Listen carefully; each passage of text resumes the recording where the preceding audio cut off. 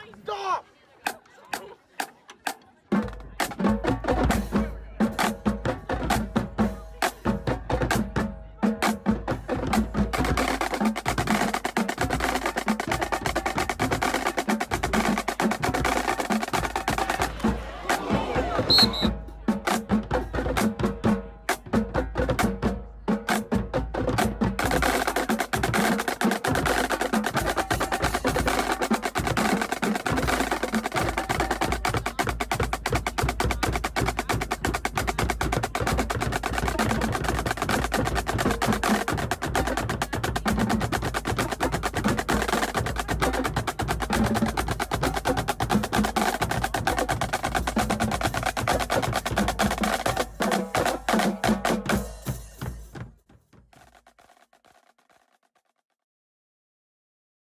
Welcome, sports fans.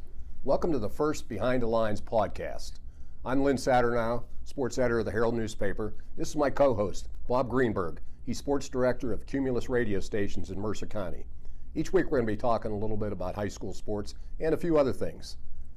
Last weekend was a huge weekend in football for Mercer County teams. Right, Bob? Yeah, it's playoff time, which means in most cases Mercer County teams are going to excel, and this year is no different. Some great success, a lot of big blowout wins, and now some anticipated matchups this weekend. Yeah, I think Farrell's ranked number one in the state. Of course, they romped over Reynolds 62-6 last week, and it could have been worse. You and I were both at that game. What did you think?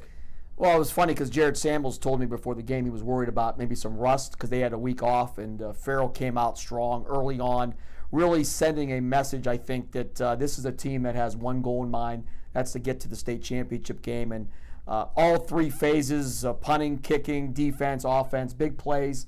Steelers right now have really every piece to a successful championship team, and so far so good. Yeah, I caught up with Jared Samuels. He stopped in the studio for an interview. Here's what he had to say. I'm here with Farrell football coach Jared Samuels. His team is 10-0, and they're ranked number one in the state. Coach, you're going into the championship game of District 10 this weekend, right, against West Middlesex.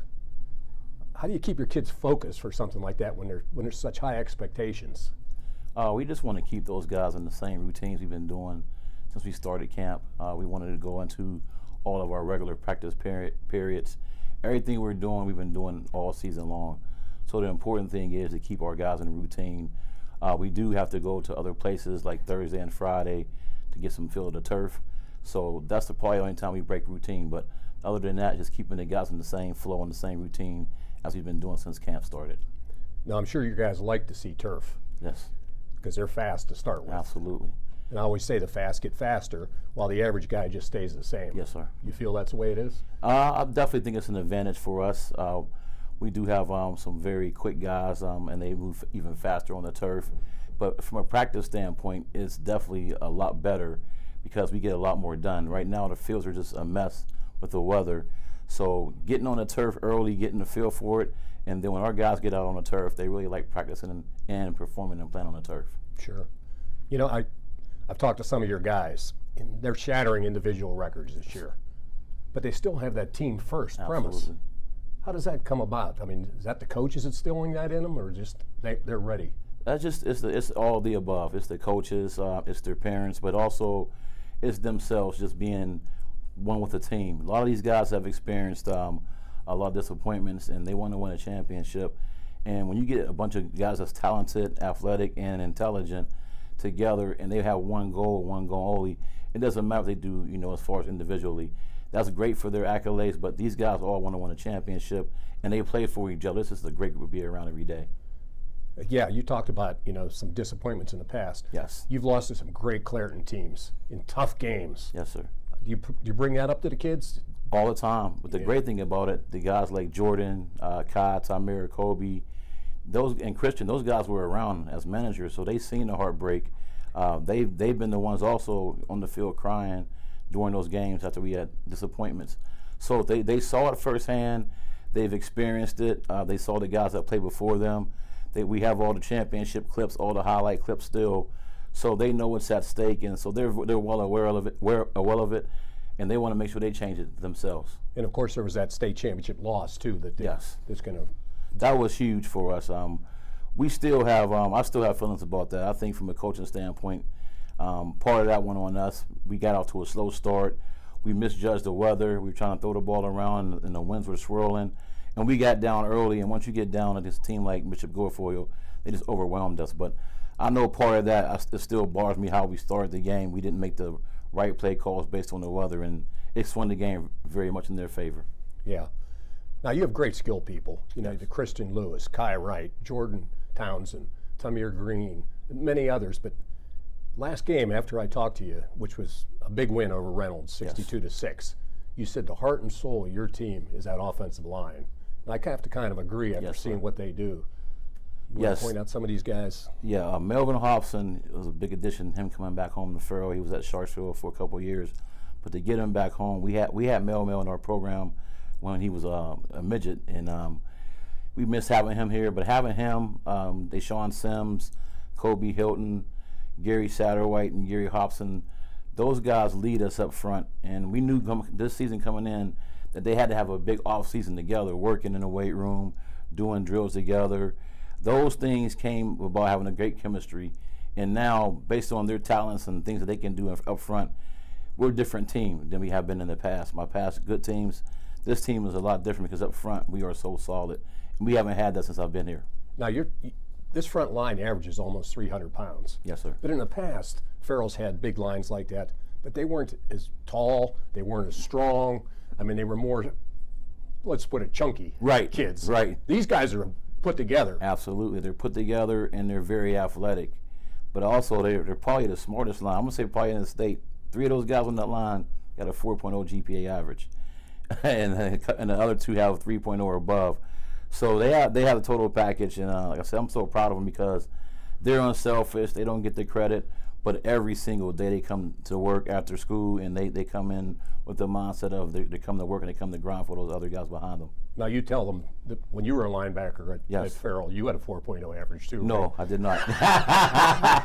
Close to a 3, but no, I wasn't in that category. But it's amazing too that these kids know that they have to, excel in school as well. Oh yes. Because a lot of them want to go on to play college ball. Yes, sir. And that's the ultimate goal for these guys, to have that opportunity. Because a lot of those guys up front, they may not go Division I or Division II, but academically they can go Division III, and the financial aid packages are outstanding for those guys based on their academics, and they are well aware of that, and that's something that they strive for also. Signs coming into the city of Farrell. Yes, sir. They promote that there's 22 state championship teams that have come out of Farrell in various sports. That's more than I think all the other teams in Mercer County put together. Yes, sir. Now, that's got to be a great sense of pride to that city, your sports teams. It definitely is. That's something that, growing up here in Farrell, that was always something pointed out, that you're from the city of champions and you get to be a champion, and that not only great teams came out of Farrell, but there's a lot of great people that came out of Farrell. They may not be in Farrell now, but we've developed doctors, lawyers, business people across the country, and that's always been a great thing of achievement that I've known growing up here through history. That's really huge for our guys, and we pass that along to them all the time. And how important is it that many of your coaches came through the program at Farrell? Came through the program at Farrell. 90% of my coaches have been college graduates, so they know what it's like. They know what it's like to play at all levels of college, and they're just good men. And they're good men that wants to give back to the program. They're not compensated well, but to them, it's all about giving back, getting the opportunity that we had coming up. Somebody looked out for us, so now we want to pass it back to our guys. And they're role models for these kids. Yes, sir. This is a special year at Farrell. 100th anniversary of football. How big is that for these kids to drive them to try to win a state championship in that 100th year? It's huge. Coach Falcone has all the history. He's making a book right now commemorating 100 years at Farrell. And for us, it's something that, we as players and coaches, we're still learning the history of the coaches and guys that came before us. But just the overall aspect of being in 100 years and us having a good team and a legitimate shot to win a state championship, we just want to keep the train on the track, keep our guys focused on one game at a time, and hopefully this dream will come true. Now, obviously, like you say, one game at a time. West Middlesex is next. Right. Your team shut them out, or handled them pretty well the first time around. But when we talked, you said this is a different West Middlesex team. It really is. They've they made some changes up front, personnel-wise to their linemen, and they changed their blocking scheme. And I think the scheme they have now, it benefits the personnel that they have. So watching the film yesterday for a couple of hours with our coaches, they definitely have a chemistry, and their kids are playing differently. They playing with a purpose now. They believe. You know, early on, the 4th week we played them, which was like a season ago now. Yeah. We kind of got up quick on those guys, and we were able to hold them off at the second half of that game. But I do expect a really good game on Saturday. I don't expect us to come out and just handle them easily.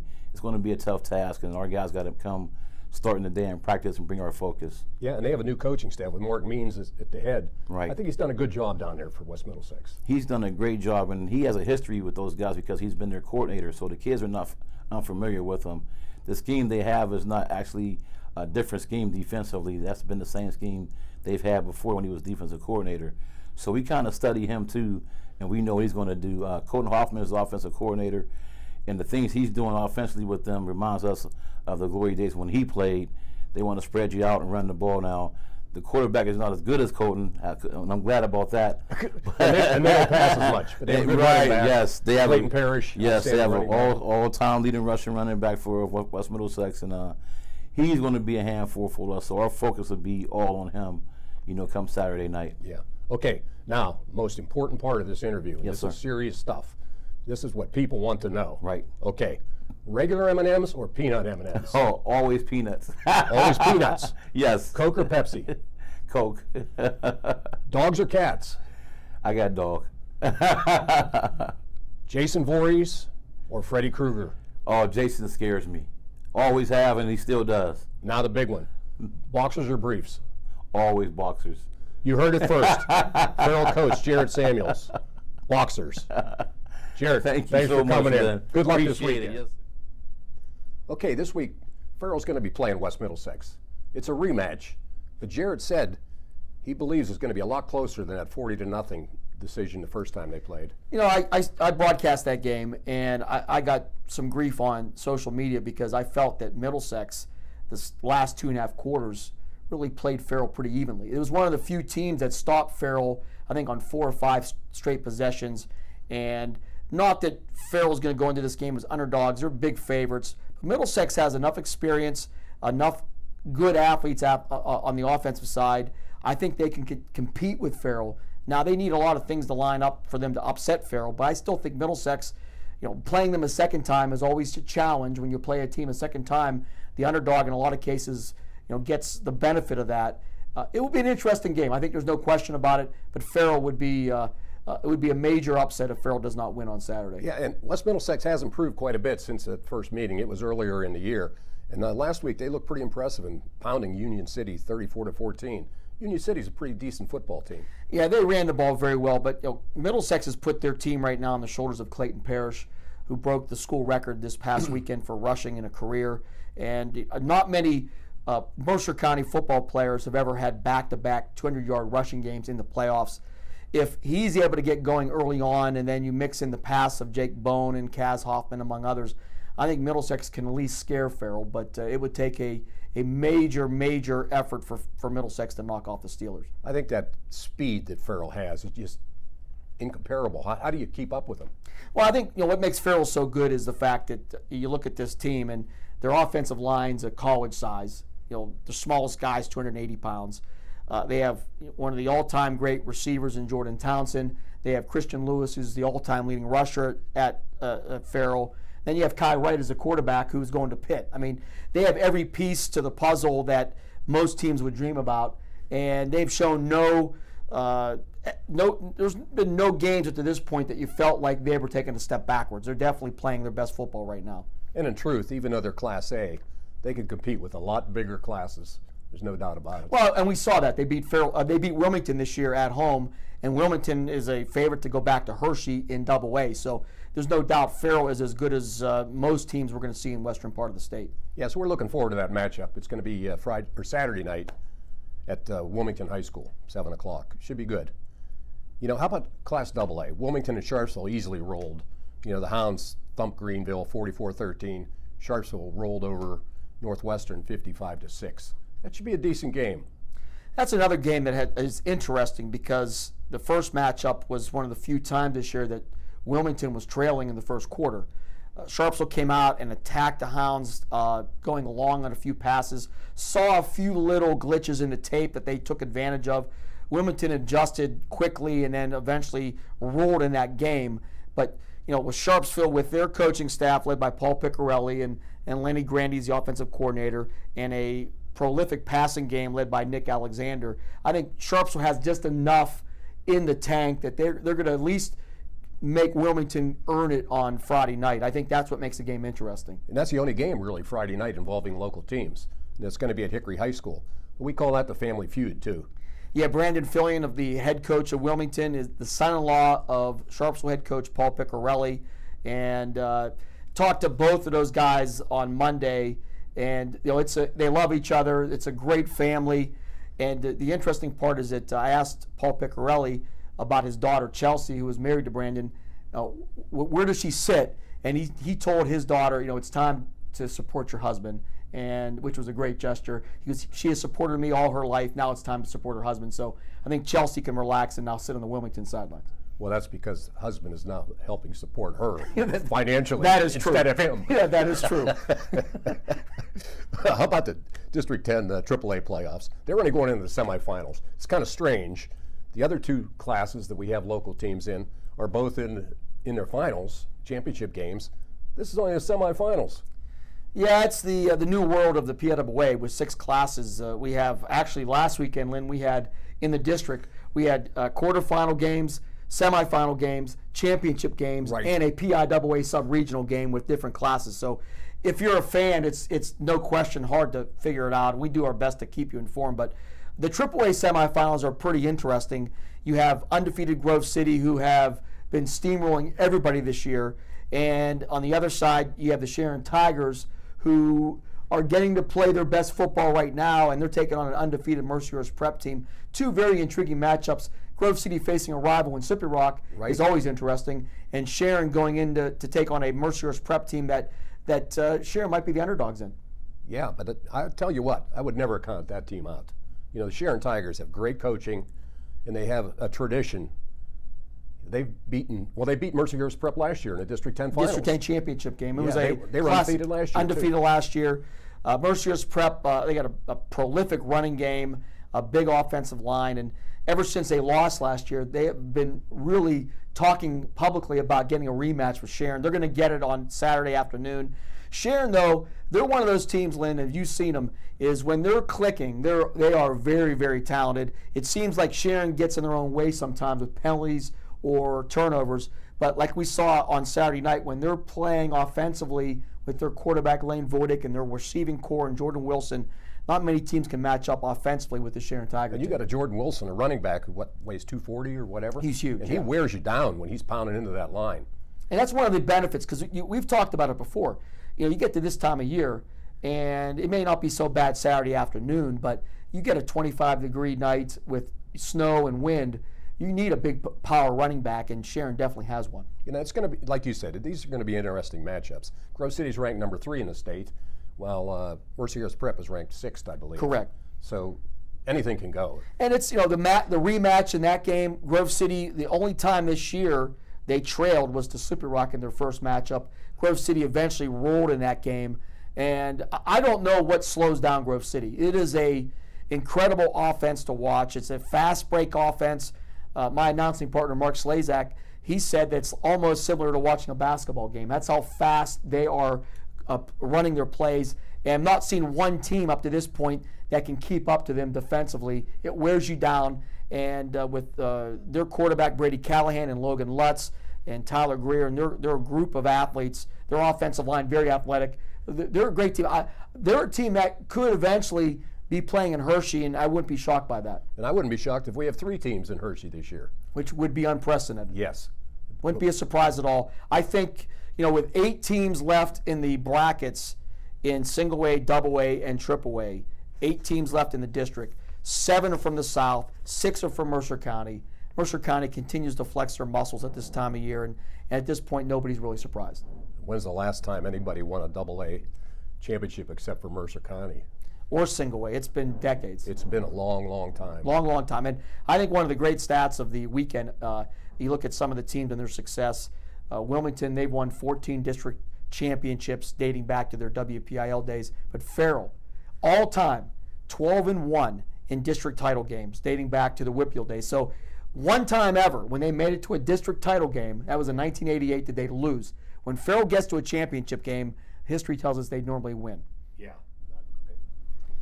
And before we switch gears, we talked about that first Sharpsville-Wilmington game, which was that first quarter was amazing. Let's go back and relive some of those big plays and highlights and interviews from Sharpsville-Wilmington Part 1.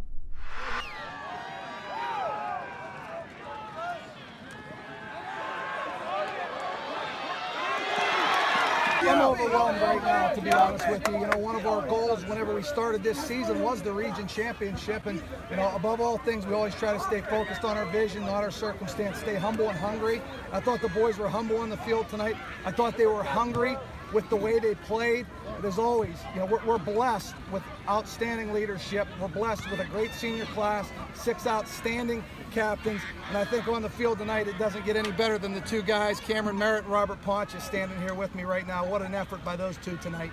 It means a lot. I mean, from the get-go, we said we need those 4 goals: the weightlifting competition, regionals, districts, and states. I know states and districts is a long way, but we're going to soak this one in. No teams really put up numbers right off the bat against us. So, I mean, we bent, like Robert said, but we didn't break. We came back and battled through everything. It all starts with the line. Can't do it without the line.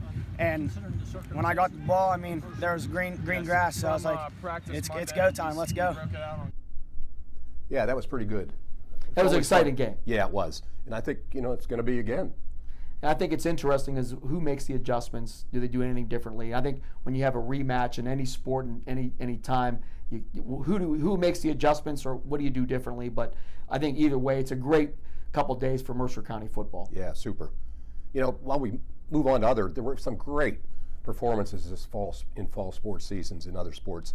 You know, best of all, congratulations to Grove City's Jonah Powell. He won a state cross-country championship. It's the first one in Mercer County since 2001 when Greenville's Jesse Christensen turned a trick.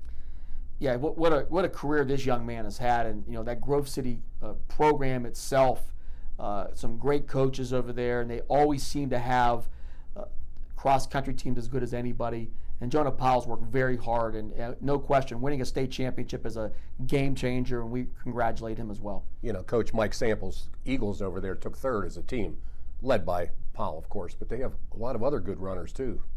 It's, you know, we have a lot of good runners in Mercer County, and you look at the girls' side, you had Grace Mason at Wilmington who took 3rd. You had Gianna Leviento of Sharon also placed 3rd in the state. You had a couple girls from Kennedy Catholic and Ellie Warner and Dana Javins also medaled. There was a great group of kids that medaled, and no surprise there. Yeah, and they're young. There was a lot of young kids there.